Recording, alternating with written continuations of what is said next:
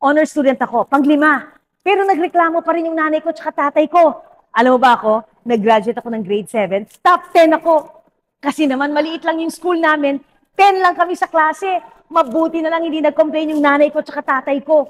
At least top 10, di ba?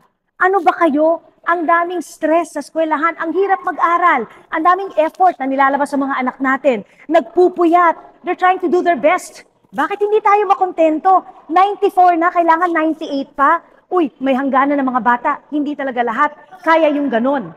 So kung 80 lang yung anak mo or 85 lang, pero yun naman yung max na kaya niyang abutin, we should all be happy. Comparison will kill motivation.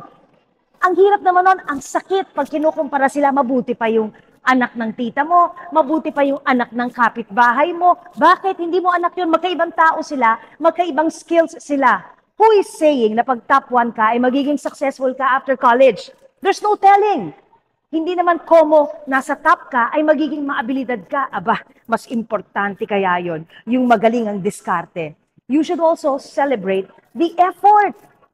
Ano naman, hindi importante ang ranking. Kunyari, first quarter, 78 sa math. Biglang naging 85. Good job! Congratulations! Anybody, a child or a student who feels enough will always do his best. Think about that.